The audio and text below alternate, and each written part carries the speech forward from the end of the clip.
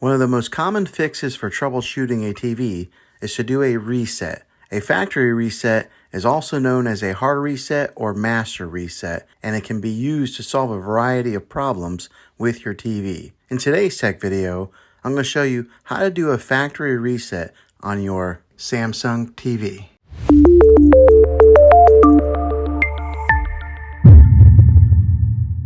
My suggestion before going through a factory reset is to do a soft reset first. It'll minimize the impact of the process and allow you to save any data on your TV set. To perform a soft reset on your TV, simply unplug it from the wall outlet, and after about 60 seconds, you can plug it back in. Now make sure you are patient here and wait the whole 60 seconds. This will solve most of your problems. If that doesn't take care of your problem, then you can go on with the factory reset.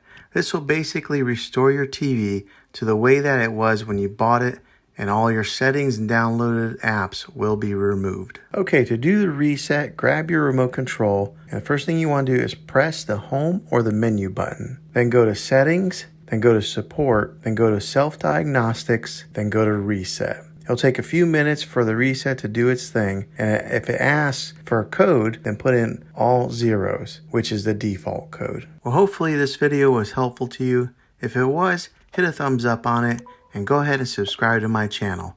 I make tech videos all the time, and I would love to have you back in the next one. Take care.